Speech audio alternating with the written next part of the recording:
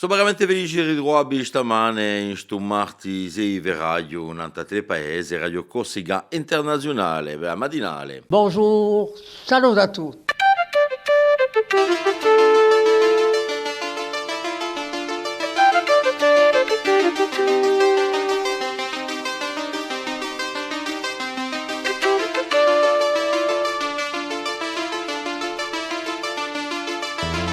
All'ascolto di Radio Corsica Internazionale, prima Radio Corsica. Siamo sempre qui.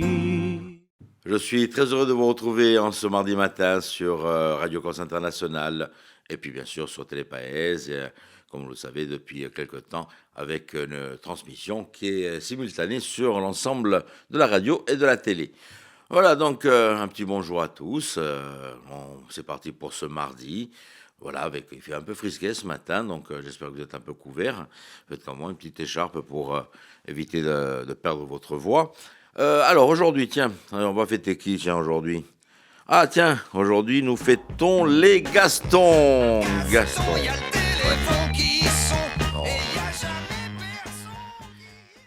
La régie, on se calme un peu, on se calme. Vous allez finir au Pôle emploi ce rythme. Allez, donc les Gastons, et puis nos Antogours, sous Santa Dorothea. Voilà donc pour les personnes qui vont falloir appeler aujourd'hui pour leur souhaiter une très très bonne fête. Allez, on débute notre matinale avec Marie-Ange Geronimi, au Giro di Paesi Corsi con Mariangela. Saluto a tutti, eccoci sempre a Girandula per si paesi di Corsica. Dunque, veramente chi se volete che non parliamo di vostro paese, mettiteci in commento di che paese siete e tanto posso trovare qualcosa.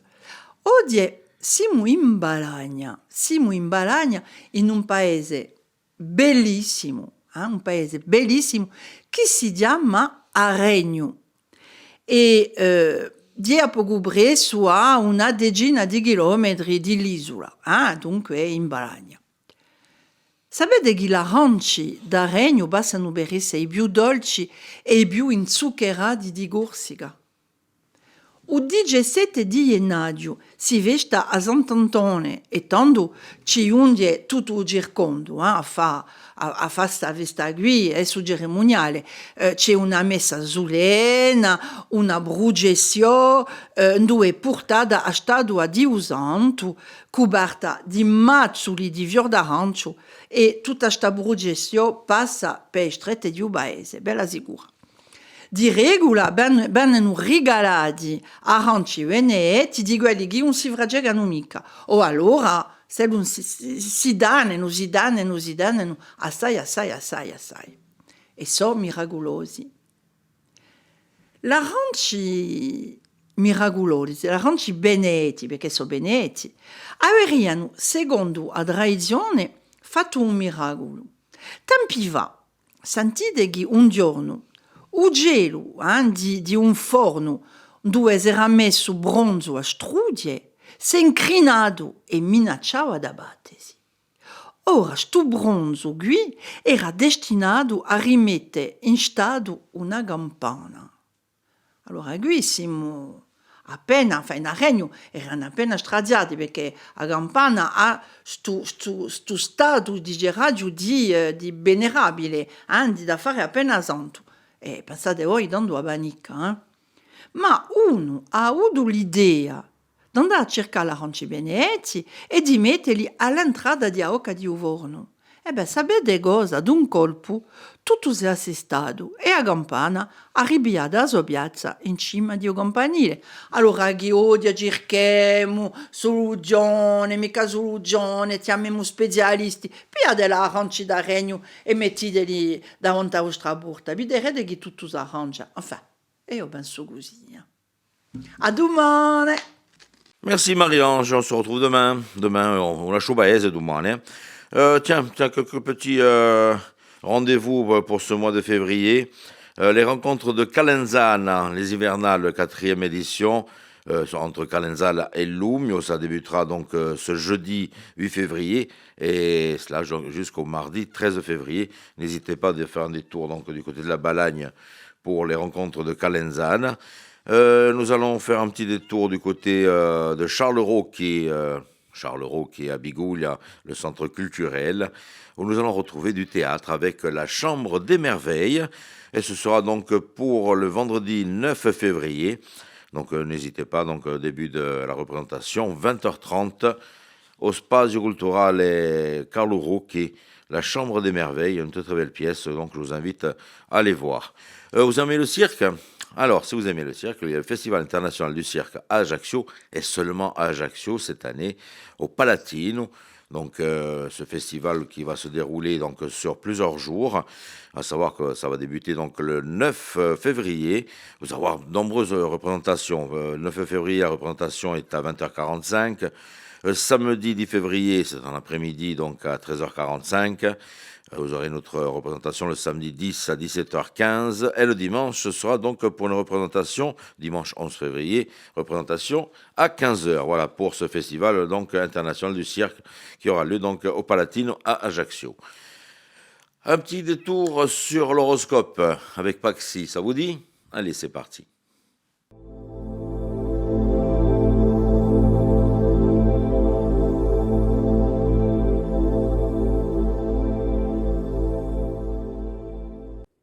Et bonjour, j'espère que vous vous portez bien. On va faire aujourd'hui une petite vidéo pour voir qu'est-ce que l'on a à vous dire pour ce mardi. Les béliers, vous allez vous organiser et passer à l'action pour pouvoir favoriser votre bien-être personnel. Les taureaux, vous allez justement apporter votre parole pour véritablement susciter dans votre vie de nouvelles opportunités qui pourraient fortement vous plaire.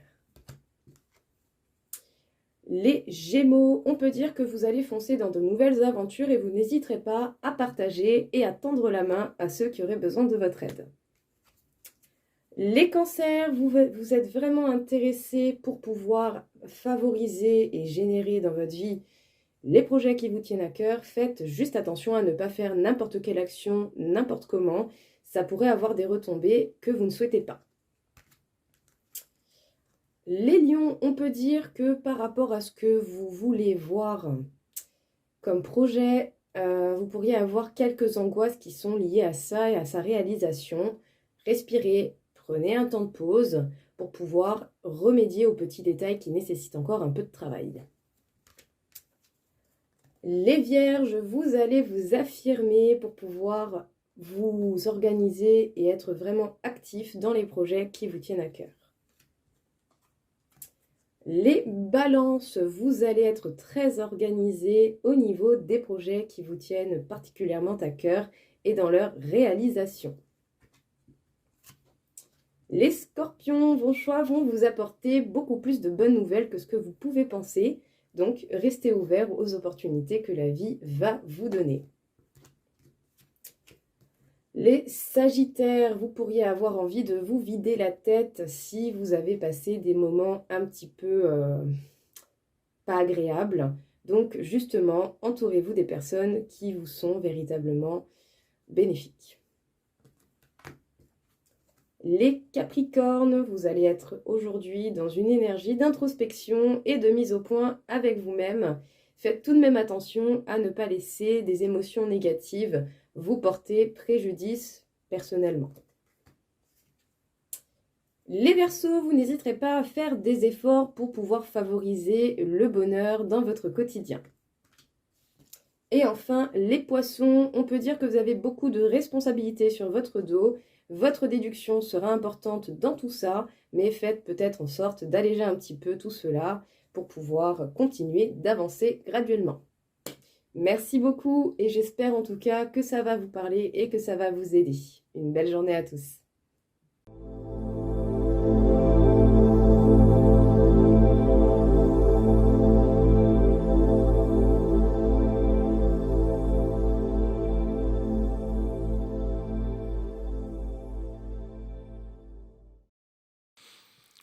Merci Paxi pour l'horoscope, on vous retrouve demain.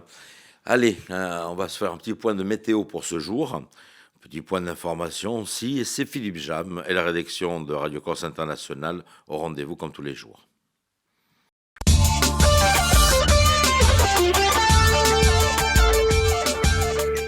Bonjour Auguste, bonjour à toutes, bonjour à tous. Le temps ça va alterner le bon et le moins bon aujourd'hui. Quelques passages nuageux, mais également de belles éclaircies. Des passages nuageux qui affecteront plutôt le relief dans l'après-midi. Le vent sera faible, de secteur sud-ouest modéré en montagne. Quant aux températures maximales, elles seront en légère baisse. Elles se situeront entre 10 et 16 degrés du centre vers le bord de mer.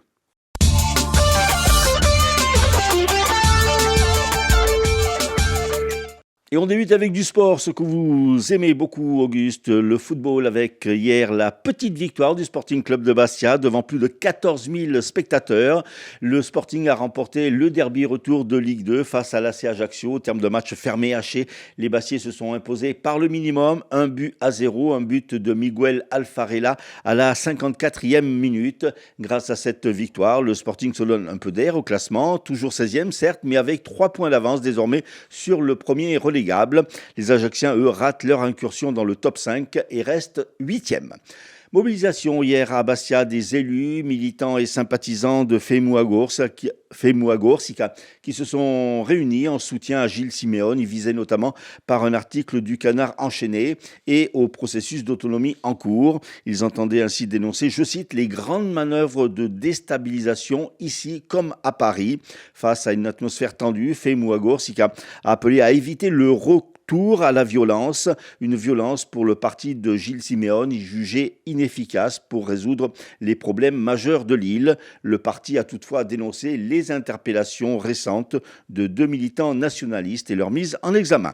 Restons en politique avec hier le communiqué du sénateur de Corse-du-Sud, Jean-Jacques Panunzi, dans lequel il déplore l'occupation de la résidence secondaire du ministre de la Justice, Éric Dupond-Moretti à Centuri.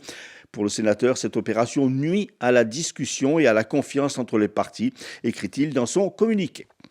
Lors d'une conférence de presse, le maire de Corté a fait le point sur les travaux après les terribles inondations de novembre dernier. Xavier Poli a souligné que la commune et la collectivité de Corse travaillaient de concert pour réparer et préparer la saison. D'ores et déjà a été décidé un service de navette dans la vallée de la Restone qui a du 2 mai à fin septembre. Par ailleurs, de nouveaux sentiers de randonnée vont être tracés. Du côté des infrastructures, les travaux ont déjà débuté pour consolider le pont de Touagne qui devrait rouvrir à la circulation à la fin de ce mois. Et puis dimanche, la paroisse Notre-Dame de Lourdes à Bastia fêtera sa sainte.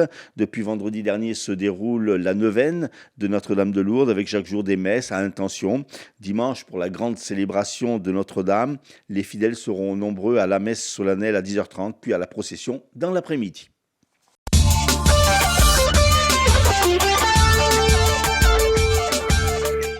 Retour de l'information avec les titres à la fin de la matinale et puis bien sûr, vous retrouvez l'information nationale sur Radio Corse International, l'information sportive tout au long de la journée et retour de Philippe Jam, ce sera donc pour midi sur RCI.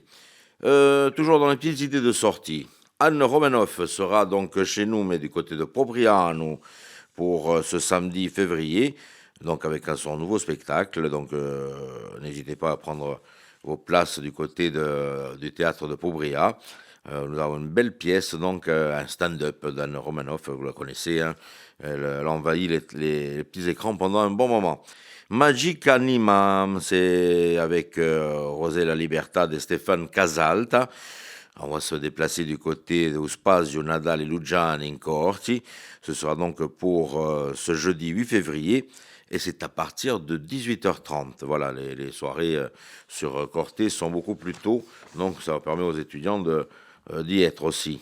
Voilà, donc pour ce jeudi. Toujours dans une petite balade, au Carnaval Tradizionale di Brando, qui aura lieu donc ce samedi 10 février. Voilà donc pour les petites annonces de ce début de semaine. Les pronostics hippiques de Rémi sur Radio Corse International. Bonjour à tous, ce mardi dans les bons coups du jour, nous serons sur l'hippodrome de Vincennes. On va démarrer avec le quintet, je vais mettre en tête le numéro 15, Ibiza Bella. Passons à la 5e course où le 4, jour de fête, devrait lutter pour la victoire. Tout comme dans la 8e, le numéro 7, Ideal Green. Bon jeu à tous. De la philo et de la littérature, et c'est Christophe Di Caro qui vient nous rejoindre pour sa chronique. La chronique philosophique de Christophe Di Caro. C'est par la main destructrice du roi babylonien Nabuchodonosor II, dit le Grand, que le premier temple de Jérusalem, temple de Salomon, fut détruit en 587 avant Jésus-Christ, lorsqu'en même temps disparaissait l'arche d'alliance, comme nous le dit le livre des rois. C'est à Zorobabel qu'il incombera la charge de reconstruire ce temple. Puis, quelques siècles plus tard, c'est Hérode le Grand, imposé comme roi de Judée par Rome, qui l'embellira pour l'agrandir à partir de l'an 19 avant notre ère. Pourquoi cette curieuse incise historique, me direz-vous?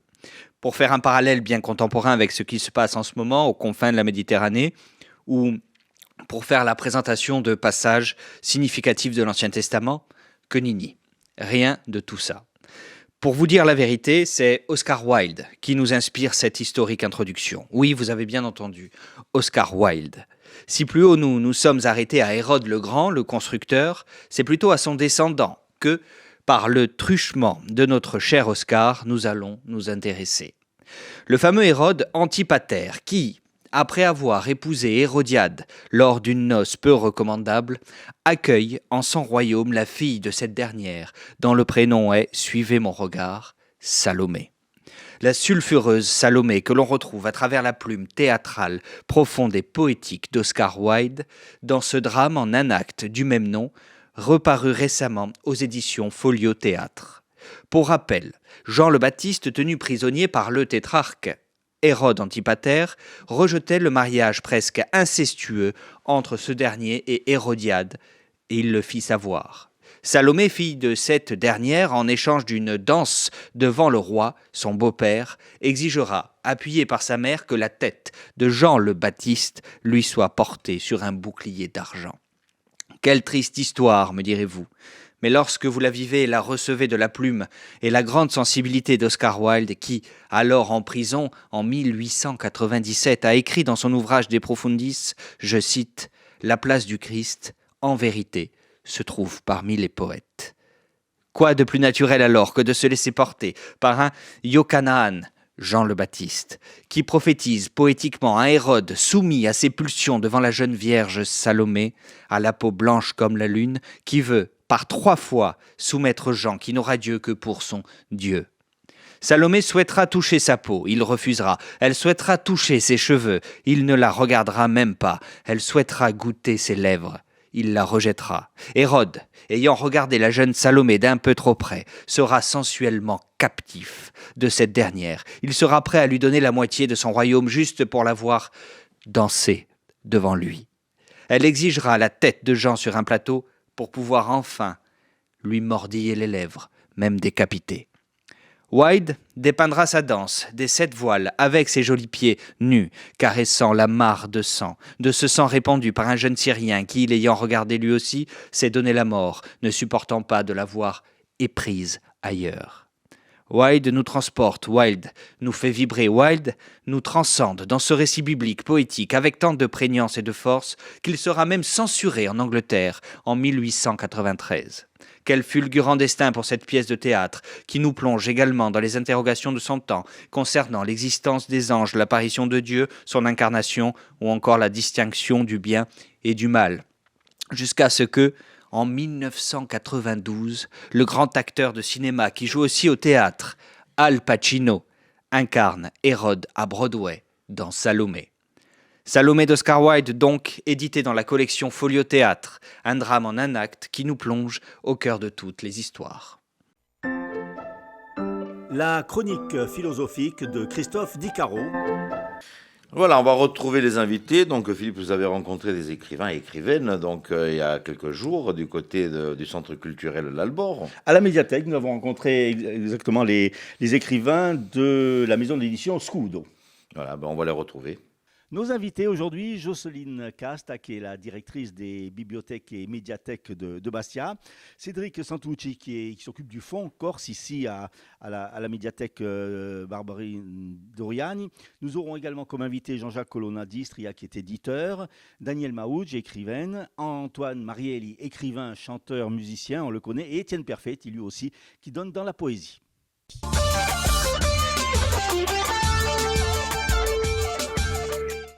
Jocelyne, bonjour. Bonjour. Alors, présentez-nous un petit peu cette nouveauté cette année à la médiathèque. Ça va être tout un cycle consacré aux éditeurs. Voilà, alors c'est une nouveauté sans l'être vraiment. La nouveauté vient de la régularité, parce que bon, ça fait quand même la médiathèque, que ce soit la médiathèque Barberine-Douriagne ou à la médiathèque du centre-ville, nous recevons régulièrement des auteurs corses et des auteurs qui éditent avec des maisons d'édition corse. Donc de fait, les maisons d'édition corse participent largement à nos animations.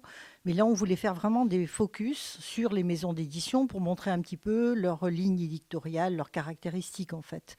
Donc l'idée, comme nous ouvrons, je dirais plus largement, le premier samedi du mois, nous avons eu l'idée avec Cédric Santucci d'accueillir les maisons d'édition les unes après les autres. Alors bon, que celles qui ne sont pas citées jusqu'au mois de juin, ça ne s'en inquiète pas plus que ça, Ils ne puisque nous prendront pas continuons. ombrage. Voilà, parce qu'on a eu quelques coups de fil déjà, donc il y aura une suite à Ça sera partir de programmé. voilà, ça sera programmé, y compris les petites maisons d'édition qui sont en train de naître et qui viendront nous rejoindre au fur et à mesure. Voilà. Finalement, on s'aperçoit qu'il y a beaucoup de maisons d'édition sur l'île. Absolument. Il y a beaucoup de maisons d'édition et il y a surtout une production très riche, parce que très riche et variée d'ailleurs, dans des domaines. Certaines sont un petit peu plus spécialisées, je dirais, sur des thématiques un peu historiques, essais, etc. D'autres plus larges, qui vont de la poésie au roman. Mais il y a vraiment une production riche, et puis bon, sans oublier les beaux livres qui fleurissent vraiment dans pratiquement toutes les maisons d'édition. Alors Cédric, cette première de l'année 2024, elle va être consacrée aux éditions Scudo, c'est ça? Oui, c'est ça, parfaitement. Alors, avec monsieur Jean-Jacques Collandis qui nous fait la gentillesse de venir depuis Ajaccio. Il est venu ce matin en train avec 3 auteurs, et non des moindres. On a Daniel Maouj, c'est poétesse corse, qui va nous faire le plaisir de nous présenter en avant-première à Bastia les recueils de son pauvre père, qui était un soldat algérien qui a combattu en Corse. Donc c'est principalement sur les mémoires de son père, son nouveau livre. On va recevoir aussi dans la foulée Étienne Perfetti, qui a sorti, il le montrera lui plus tard, qui a sorti un recueil de poésie ici, que je vous montre, avec la particularité, donc il y a un QR code, et si vous scannez, si vous flashez ce QR code, vous avez tous les poèmes en chanson. Et ensuite, nous aurons donc Antoine Marié, qui a fait un travail énorme colossal, où il y a plus de 1200 pages sur les dictionnaires corses. Oui, il y aura 4 dictionnaires, il y en a 3 qui sont sortis, c'est ça, C'est ça.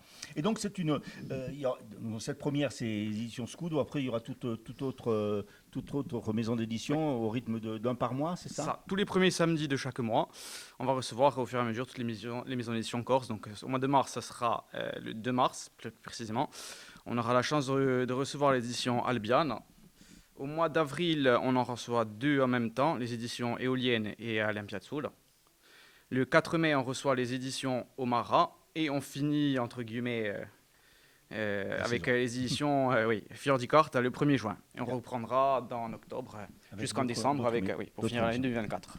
Jocelyne, Cédric, merci beaucoup. Et puis on va recevoir nos invités dans quelques instants. Les invités donc de cette journée ici à l'Albor, à la médiathèque Barberine Douriagne, l'éditeur Jean-Jacques Colonna-Distria. Bonjour. Bonjour. Alors, présentez-nous un petit peu cette maison d'édition. Eh bien, School Édition a été créée il y a 5 ans maintenant, et elle a fait suite à une autre maison d'édition qui avait dû péricliter pour différentes raisons, qui s'appelait Colonne à Édition, qui elle-même faisait suite à une première maison d'édition que j'avais créée en 1980, du temps où j'avais la librairie La Marge à Ajaccio. Et donc, étant libraire à La Marge, il m'était venu naturel d'éditer. Donc j'avais créé cette première maison d'édition. Maintenant, on revient dans l'autre sens. La première étant La Marge Édition, la seconde Colonna Édition, et les éditions du Scoud, et la prolongation de ces 2 premières. Alors, quelle est un peu la ligne éditoriale de votre maison d'édition? En fait, elle n'a jamais changé depuis le début. C'est-à-dire que spontanément, je n'ai pas voulu me spécialiser. C'est un peu dans ma nature, je n'arrive pas à m'engager, à choisir. Donc, il y a un peu de tout. Si vous voulez, le premier critère commun et pérenne, c'est la qualité. Bon, À partir de là, ça peut être un livre de cuisine, un essai historique, un roman, de la poésie. Enfin, tous les genres sont permis et acceptés. Et au contraire, j'essaye d'alterner un petit peu et de toucher tous les genres de la connaissance. En rapport avec la Corse. En rapport avec la Corse, à 95%, on dira. Parce que c'est vrai que parfois, mais il y a toujours un rapport avec la Corse, mais il est moins évident, c'est que par exemple un auteur qui est corse, mais qui ne va pas écrire un livre qui concerne la Corse. Voilà, je pense notamment au philosophe Nicolas Grimaldi, dont j'ai publié deux essais, ou à Philippe Granarolo, qui parle également de Nietzsche et de la Corse. Enfin, vous voyez, mais à 95%, ça concerne la Corse. Alors, comment se fait votre choix? Parce qu'il y a de multitudes d'auteurs aujourd'hui. Quels sont un peu vos critères entre guillemets, de sélection? Oui, alors je vous ai dit tout à l'heure, le premier critère, c'est celui de la qualité. La qualité. Bon, mais c'est vrai que ça ne veut rien dire. Les critères, c'est d'abord, en dehors de celui-ci, donc on le met de côté, c'est qu'il intéresse les gens, il intéresse un public, il apporte quelque chose. Soit dans la connaissance de la Corse, par exemple, c'est un petit peu le cas des essais historiques ou des essais sociologiques. C'est le cas oui, d'un livre de géographie, d'un livre sociologie. Bon, ce n'est pas le cas d'un roman ou d'une œuvre de fiction, mais ça, c'est l'autre aspect des choses. Ça peut être aussi un livre de création. Il y a à la fois de permettre une meilleure connaissance du pays, donc de la Corse, et à la fois aussi montrer ce qui se crée en Corse. Au niveau des auteurs, quel est votre catalogue? Il contient combien d'auteurs aujourd'hui? Oh, si je devais reprendre depuis la Marge Édition, il doit y en avoir 200 ou 300, alors on ne va pas remonter jusque-là. D'ailleurs, beaucoup ont disparu. Actuellement, j'en ai qui tournent, disons, autour du catalogue SCO et l'édition. Il y en a une trentaine, quoi. Qui, parfois, ce sont les mêmes. Souvent, quand un livre a bien marché, entre guillemets, ou quand il nous a plu, si l'auteur nous en propose un autre, en général, nous le faisons, bien entendu. Jean-Jacques Colonna d'Istria, merci beaucoup. Puis on va découvrir un petit peu les nouveautés de votre maison d'édition avec les auteurs qui sont venus aujourd'hui à la médiathèque. Merci à vous.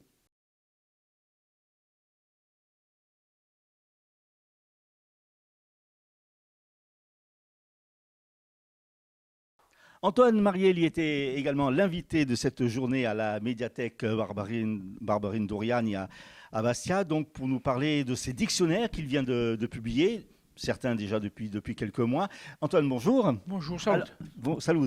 Présentez-nous un petit peu comment vous est venue l'idée déjà de faire ces dictionnaires? Écoutez, j'ai travaillé depuis que je suis petit, il faut le dire. J'avais avec moi toujours un petit cahier quand je travaillais avec mon père, même à l'âge de 10 ans, et j'écrivais sur ce cahier tous les mots que les gens me donnaient, parce que j'étais curieux de savoir comment on disait.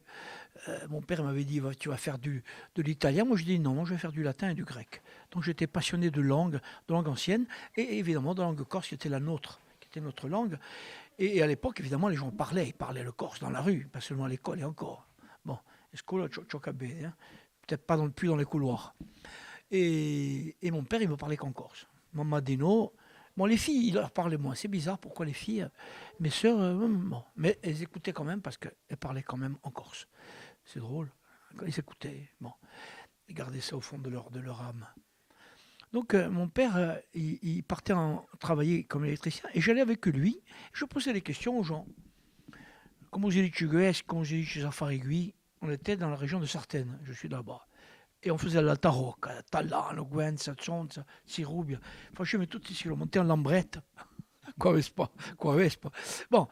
Et comme ça, après, quand j'étais un peu plus grand, donc en 2015, c'est-à-dire, je me suis dit, mais tous ces cahiers que j'ai emmagasinés, il faut qu'ils servent à quelque chose. Et en 2015, j'ai pris l'ordinateur. Je n'écrivais jamais sur l'ordinateur. Ce n'était pas mon habitude d'écrire. Et là, je me suis mis à l'ordinateur de 2015 jusqu'à maintenant. Et je dis, en plus, il n'existe pas de dictionnaire thématique. Donc, j'ai commencé par un dictionnaire généraliste où il n'y avait que les expressions detti, boccate, gacciate, parole perse, parole scarse. Alors, il y avait les expressions et les mots rares que je trouvais rares parce que je ne les entendais plus. Donc, je me suis mis à écrire de 2015 à 2023, jusqu'à maintenant. Le premier est le rouge, il y a quand même 500 pages, et après le bleu, il parle surtout de la personne humaine, de l'amour, de la sexualité. L'autre, le vert, il parle du reste, en fait. Je ne peux pas dire tous les thèmes, c'est trop long. Et ce qui fait que j'ai écrit un dictionnaire généraliste et un dictionnaire thématique. Le tout, ça fait 2200 pages. Qui prend en compte toutes les régions de Corse, parce que quelquefois, entre les régions, il y a des mots qui diffèrent. J'allais avec Christian Andréal quand on faisait le tour des villages pour retrouver les chansons, les vieilles chansons des vieux, retrouver les joueurs de violon, d'accordion diatonique, et même les gens du Fiumorbo, quand ils disent « travailla », ils disent « ne travailla ». Certains, on dit « travada ».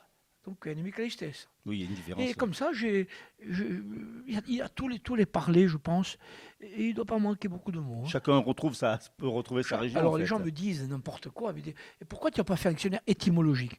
Je dis, pour que j'écrive 5000 pages étymologiques. J'aurais pu, parce que connaissant la langue latine et grecque, surtout latine. Le grec, il y a moins. Le grec, c'est surtout pour les mots de la médecine. Voilà. La pharmacie. Là, il y a 4 tomes déjà. Est-ce qu'il y en a d'autres en préparation? Non, c'est fini. C'est fini. Je fais tout le tour. D'accord. Il y a d'autres livres en préparation. Mon prochain livre, ça va être, il est fini pratiquement. Ça va être sur l'envie, le regard de l'autre, la jalousie, le putacchio. Ça, chez nous, on est champions du monde. Hein. Oui. Alors, j'ai vu en Italie, par exemple, c'est pas comme ça. Chez nous, Socrate disait, quand les gens sont réunis, les gens intelligents parlent de choses intelligentes. Et les gens bêtes, ils parlent des autres. Et chez nous, on ne peut pas dire qu'on est bête, mais on aime bien parler des autres. Je ne sais pas pourquoi.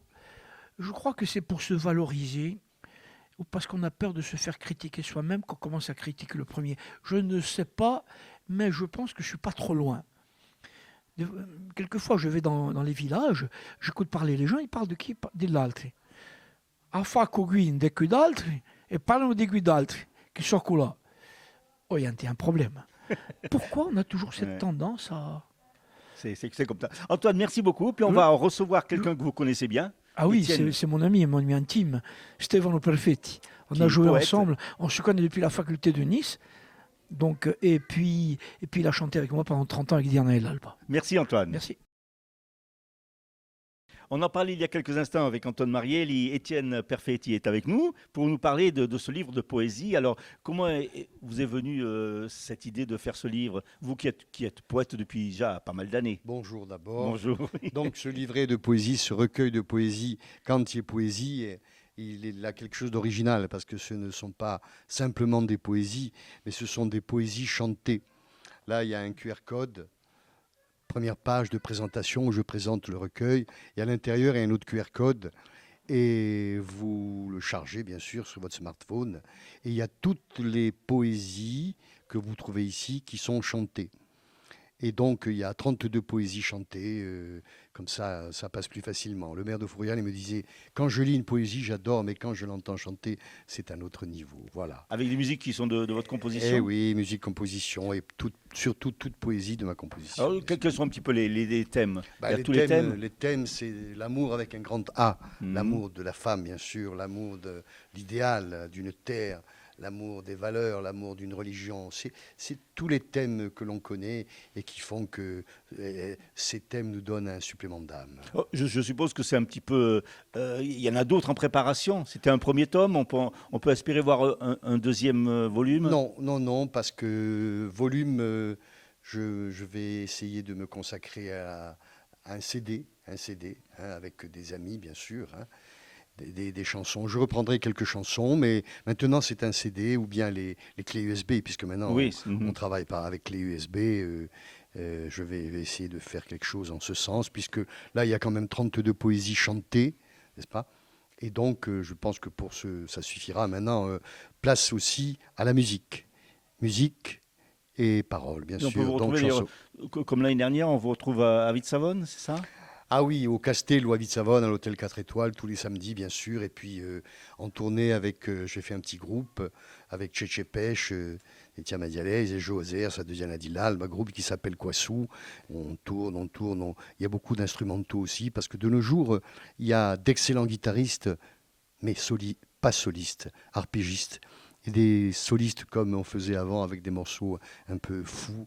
Il y en a plus, mais avec Tchétché, donc on joue pas mal, et avec José, donc guitare, chant bien sûr, guitare, banjo, violon, etc., etc.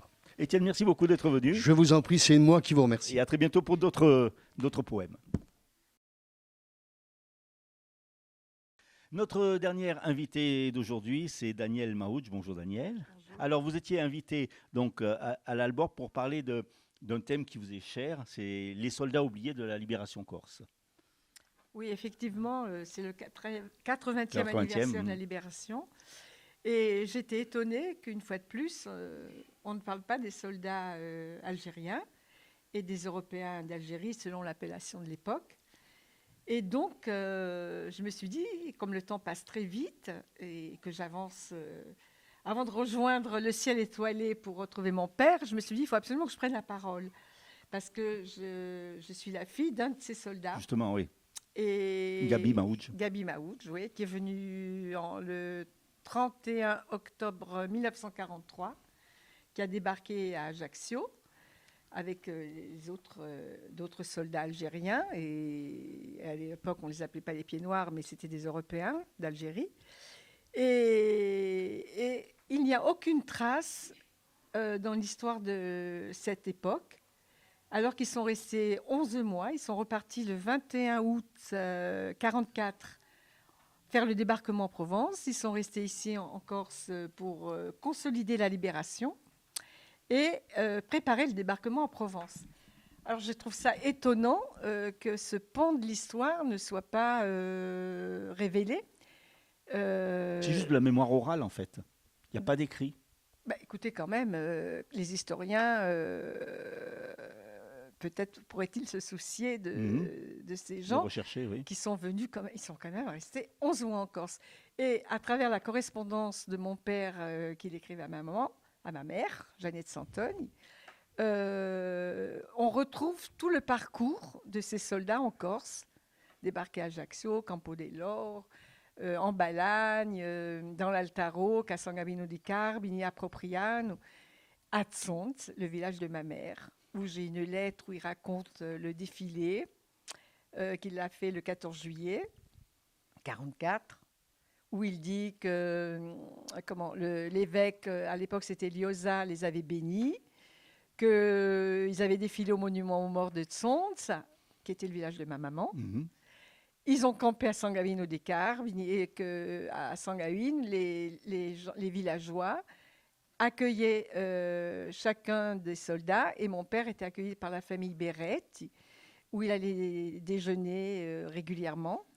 Donc ce sont quand même des traces qui sont importantes pour la mémoire de cette époque et surtout, je pense, aux descendants de cette histoire qui aujourd'hui forment ce que j'appelle la communauté de destin. Ces enfants qui sont nés élevés en Corse, les descendants des Goumiers, les descendants d'Algériens, dont je fais partie, bien que je sois corse par ma maman. Et je pense que si on veut créer justement une mémoire plurielle pour apaiser un peu toutes les folies par rapport à l'identité, à certains qui sucent le lait du nationalisme français à l'Ouzou-Gortzu, peut-être que si on crée un récit où les mémoires plurielles se retrouvaient, pour que tous ces jeunes, tous ces descendants puissent se retrouver dans cette Corse, eh bien peut-être qu'on serait davantage dans l'apaisement. Surtout, moi je pense à la jeunesse, j'ai enseigné, et je vois tellement de déchirements chez ces jeunes qui ne savent plus très bien où ils sont parce qu'on les rejette, etc. Et surtout dans ce lieu ici qui est symbolique, puisqu'il y a et des Corses et des enfants d'immigrés marocains et italiens. Là aussi, on ne parle pas beaucoup des résistants, des Italiens qui ont choisi la résistance corse. Donc, il n'y a pas de concurrence entre tous ces acteurs qui nous ont libérés du fascisme. Moi, je suis dans ce trait d'union, je suis ce pont et je suis dans la médiation pour vraiment avoir beaucoup d'amour. Parce qu'on a besoin d'amour dans ce pays. Vous pensez que vous avez eu, lors de vos interventions à ce 80e anniversaire, vous avez eu écho un petit peu? J'ai eu des retours extraordinairement positifs. J'en reviens pas. Et beaucoup de gens m'ont même arrêté dans la rue. C'est la première fois de ma vie. Pour me dire qu'ils étaient contents de mes propos Et j'ai eu des retours très, très positifs. Alors vous êtes écrivaine aussi, donc vous avez écrit plusieurs livres. Vous avez déjà des livres en projet? J'ai écrit des livres de poésie et là, je finis un roman. Et j'ai d'autres projets, bien sûr.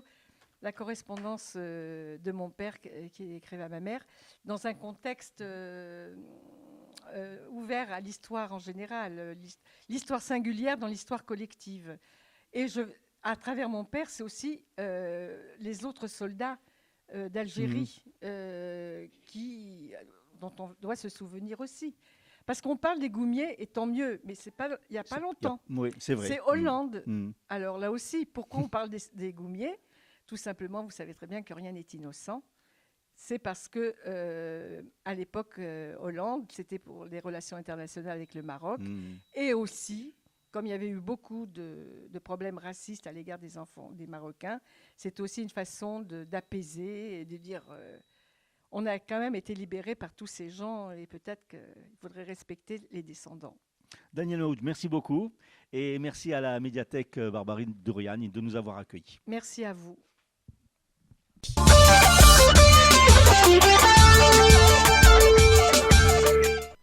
Retour sur les titres de l'information de ce mardi 6 février avec Philippe Jam. Football avec la victoire du Sporting hier dans le derby de Ligue 2 entre le Sporting et l'ACA. Victoire courte mais importante pour le club, 1-0. Après les attaques contre Gilles Simeone, mobilisation hier à Bastia des élus, militants et sympathisants de Femua Gorsica. Dans un communiqué, le sénateur de la Corse du Sud, Jean-Jacques Panunzi, déplore l'occupation de la résidence secondaire d'Éric Dupont-Moretti par Corinne Fronté. Le point hier accordé par le maire de la ville sur les travaux pour rétablir la circulation dans la vallée de la Restonica. Des navettes seront mises en place à partir du mois de mai et jusqu'à septembre. Et le pont de Toine va rouvrir à la circulation à la fin de ce mois. Enfin, météo, nuages et soleil vont se disputer le ciel de ce mardi. Ecco, ringraziarvi di aver passato la piccola stonda con noi in questa mattinale di Radio Corsica Internazionale e con tutti gli amici di paese che sono con noi stamane. Ci ritroviamo domani. State con noi in Radio Corsica Internazionale, ci sono questi programmi tutto il lungo della giornata, già musica. Je vous rappelle que pour pouvoir vous connecter sur Radio Corsica Internazionale, pour avoir le direct de la radio, vous allez directement sur rci.websiteradio.co, vous vous connectez là-dessus, vous avez l'ensemble de la page de Radio Corsica Internazionale, les podcasts, les vidéos, donc vous avez toutes les rediffusions et puis bien sûr le direct. Pour ce qui est de Télépaese ce soir va vous proposer donc l'émission Regard croisé, voilà, et puis bien sûr vous retrouvez au Nudiziale qui est présenté par Alexandra Pichoff tous les soirs à partir de 19h30. Je vous embrasse très très fort, il me reste à vous dire quoi? À demain, passez une très très bonne journée et tranquille aujourd'hui. Bonjour, salut à tous.